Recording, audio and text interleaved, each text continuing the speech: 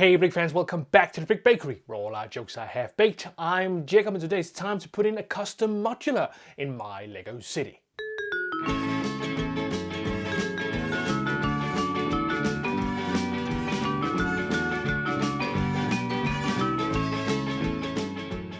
Yes, it's true. Today I am starting work on a custom modular building for my Lego city. In my last video, I cleared up some much needed building space, and today I'm gonna start building on that freed 32 by 32 SNOT base plate which appeared last time. But first of all, let's head over to Bakersville and see how we are doing for locations and building space. Welcome back to Bakersville, everybody. This is the current look, and much of the work I did last time on the raised section can be seen here. If you haven't seen that video, you can go back and check that one out if you want to. This was actually great fun to build and I like the look of it. But today we're going to do work on this base plate right here, because with all the work I did last time, I finally have a decent space for building, and this is going to house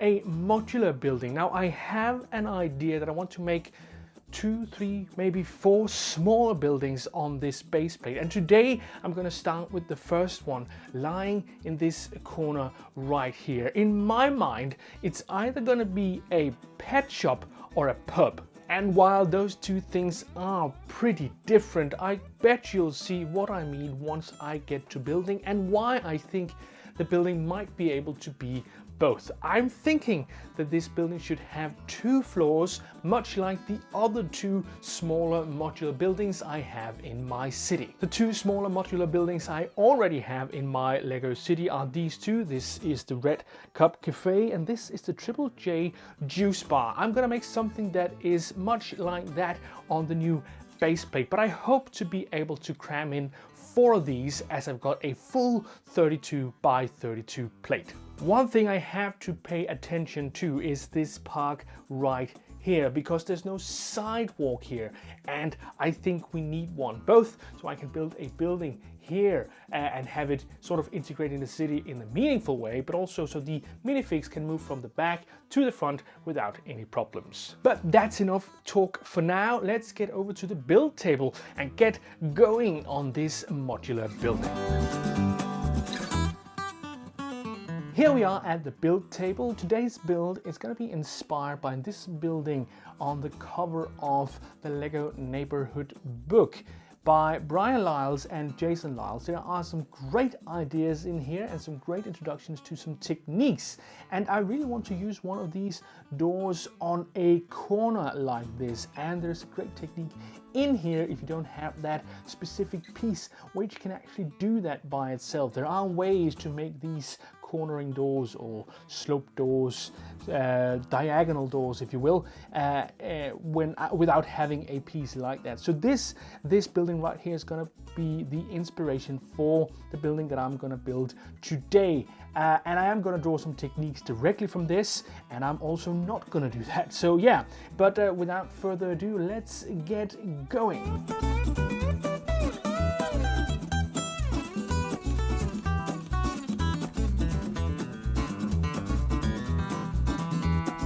I've started out building the sidewalk for this modular building, and that's partly because it's a great way to get an impression of where everything is supposed to go, and it's also because I have chosen to make this sidewalk slightly narrower than what is usually on modular buildings like this. I think the official Lego measurement is 6 studs in width, while this is only 4, and that's because I want as much building space as possible, because I want to fit in 4 smaller buildings in this base plate. The first one is the one I'll be working on today in this corner, and you can see I've already started doing some patterning in this corner. That's something you usually see on modular buildings like this, particularly the official ones. So I made a small pattern here just for decorative purposes. But the one we are going to build today, the building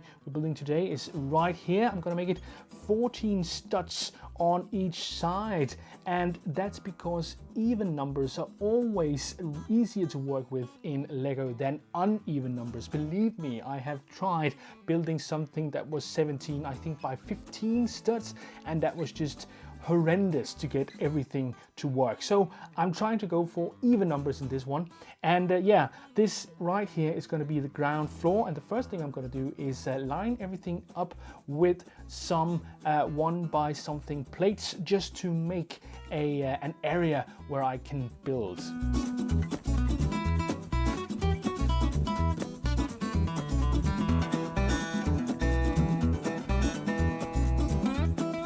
This is the basic foundation of the house that I am building presently. Nothing too special at this point. Maybe this little rotating piece down here, which is the beginning of the diagonal door. This is a technique I have stolen blatantly from the Lego neighborhood book. They have a great idea on how to use these rotating pieces, both here at the bottom and also up here somewhere, to make it all a little sturdier than I would have thought of.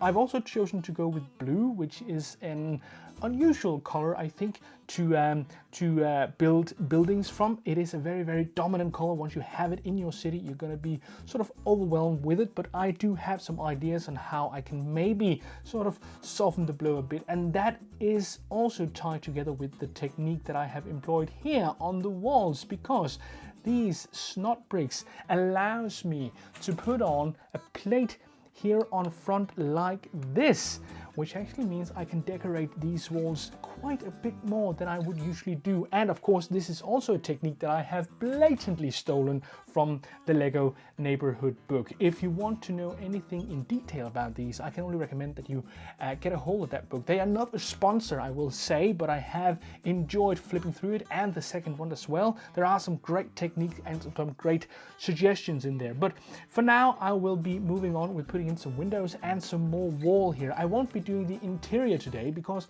I'm still not sure if this should be a pet shop or a pub. So if you have any suggestions on that, please go to my website www.brickbakery.fun, and I'd love to hear your ideas for what should be the interior for this one.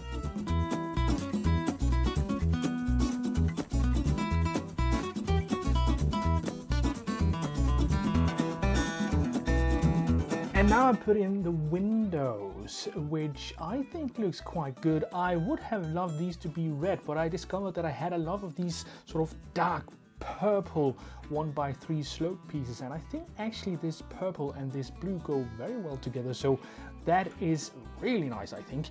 And I also chose to not use one of the big panels, one of the big transparent panels like this for the windows, but rather go with something a little more.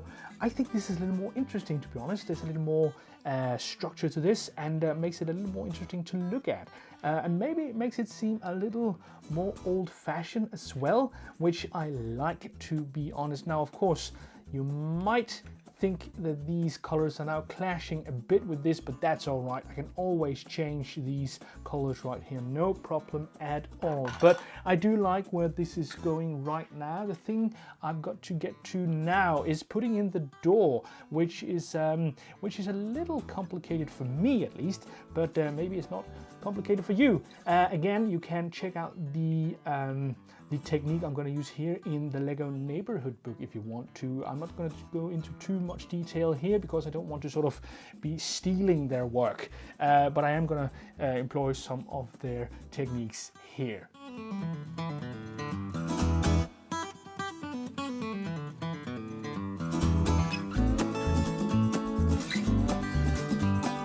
All right, there we go. That is the diagonal door put in. Now I will say that the technique that I gleaned from this book does seem to, it seems that the math is a little bit off, because it seems to be a bit further away from the walls down here than it is up here. But personally, I don't mind. This seems a lot sturdier than what I could have put together, and I'm not sure that this won't correct itself just a little bit once I get the rest of the walls put in. So this is a great start for this building. Of course, there's still some decoration to be done, but other than that, I think this looks very nice, and I'm I'm really looking forward to getting the rest of all of this put together. So on we go with the walls here at the back, and then we are on to try to make some decoration for the front.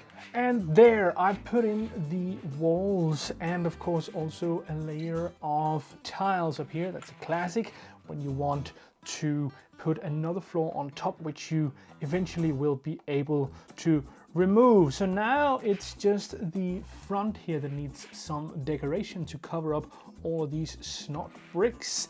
And yeah, other than that, I think I'm about done with this, at least for now. I will be building a second floor at some point, but until I really have an idea of what this is supposed to be like, is it gonna be with the color now and these, I'm thinking a small cafe might be in order. But again, I will be taking your suggestions on www.brickbakery.fun, and I'd love to hear what you have to say, because your suggestions are usually very good. And yeah, so on we go with making some decorations and a temporary roof here for the top as well.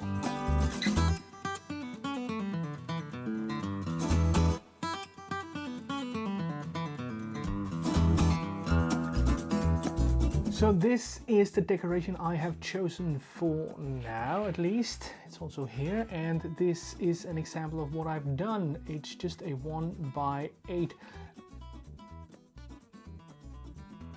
plate and a slope piece on each end, a couple of grilled tiles, a normal tile, a small jumper plate with a 1x1 on top, and I just put them on the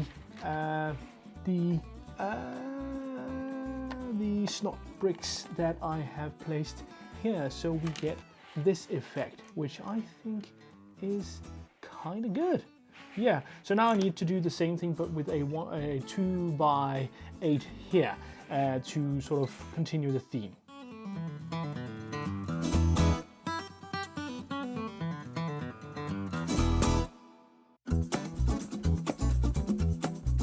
First of all, I think that I said that these were 1x8s. They are not.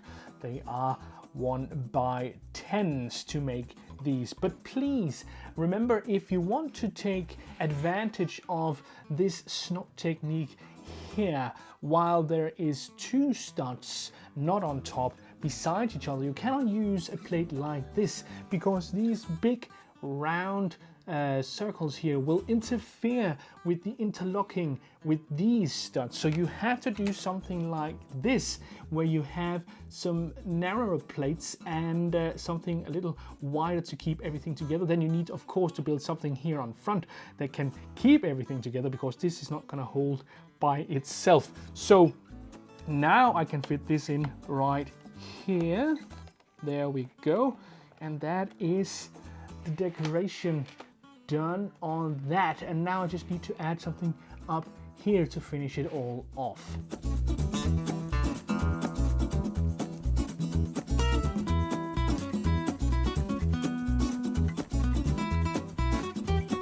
And there we go, upper decoration done. I don't know, maybe I should add another plate underneath here just to get this a little more flush. I'll consider that, but for now I think this is all right. All I need to do now is add something here. In the original that I'm inspired by, there's a lamp coming out here. I like that idea, and this is some kind of sign right here. I'll be putting a plate here for now, I think, a tile plate, 2x4 tile plate. And let that be it for now, because if I want to add some kind of sign, that might be a good idea. And I'm also considering putting some flowers here on these, because I think that will really liven up this build a whole lot. But other than that, I'm actually done now. I think I had an idea to be adding a temporary roof, but I don't think I will for now, because I am gonna build another floor anyway, and I want the roof to match that floor more than I wanted to match this one. Or maybe I do want to.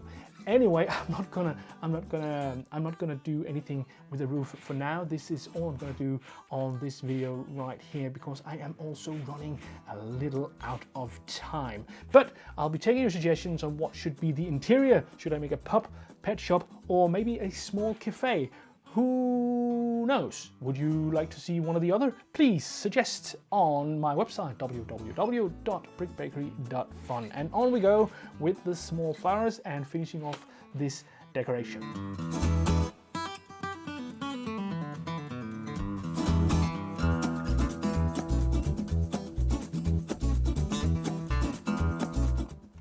And that is the final piece of detailing for the door, a small lamp. This is one of my favorite lamps. I like this round piece here. I ended up putting in a couple of dice related tiles that I had, and right now I think I'll call this the 5 or 6s, but I don't know what it is more precisely. Could be a pub. The 5 or 6s, that would be a great name. Maybe a small I don't know, dice game store. I don't know if that's a thing. Maybe a slots machine store. Who knows? Any suggestions are welcome. Now I'll just add the flowers, and then I will be putting this back into the city to see how everything looks.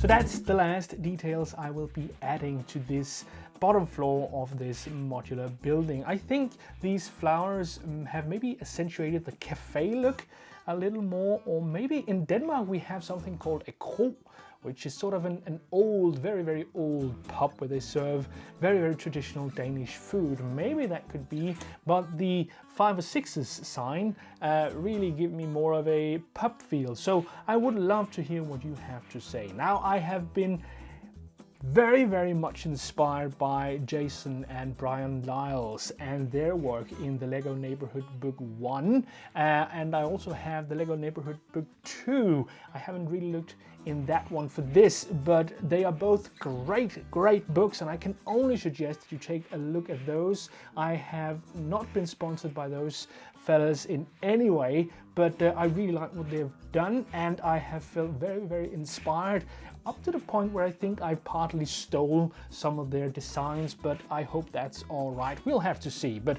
I do very much like it, and I do warmly recommend their books. I think they are great. They are not a sponsor, by the way, but I just like what they've done. So yeah, let's get this over to the city, Bakersville, and see how it looks over there.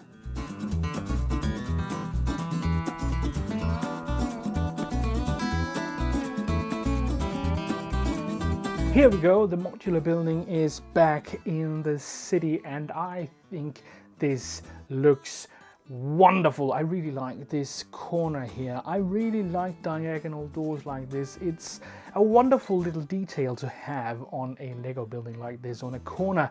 It really gives something that is different and nice look, and I really like that. This is great, and I think actually the blue didn't become as prevalent as I would have thought, which is good, because it's sort of just has an essence of blue, but it's actually more white, which is wonderful. And again, I can't really underline how much I have been inspired by Brian and Jason Lyles and their wonderful book, the Lego Neighborhood Book, for this build. It wouldn't have been possible hadn't I seen that book, hadn't I read that book. So please check that one out if you are interested in that kind of stuff. And here's another look of this new building. Look how wonderfully it already integrates into the city. I think this was the right decision. Now, I am probably gonna have to do something about the tree, because it does seem like it might be stretching a bit too far over here. This is actually almost touching the wall already. So maybe I need to modify that just a tiny bit, but that's not a problem. I am very satisfied with all this, and yeah, so let's get back to me, and I'll say thank you for watching. finally I am back at building full modular buildings in my Lego city, and I love it. I've been working on the storefronts in front of my raised section for quite a while, so getting back to doing full modular buildings is something that I've apparently been missing quite a lot. And getting inspired by the Lego neighborhood book by Jason and Brian Lyles was just the thing that I needed. I think I really expanded some of my techniques here. Using those SNOT techniques and such is something that I hadn't really considered in this way before I looked closely at the Lego neighborhood book. So I can highly recommend that you check that one out because it does have some great ideas. Many thanks to Brian and Jason for making such a wonderful book. I'd love to get your folks' suggestions for what this modular building should actually be. What kind of interior should I make? I was originally thinking that it should be a pet shop, but I'm also thinking that it could be a pub or maybe a cafe or maybe something completely different. If you have any kind of suggestion, please don't hesitate to go to www.brickbakery.fun. Now that's www.brickbakery.fun, and I'd love to hear all of your suggestions. But that's all for me today. I'm Jacob and this is the Brick Bakery.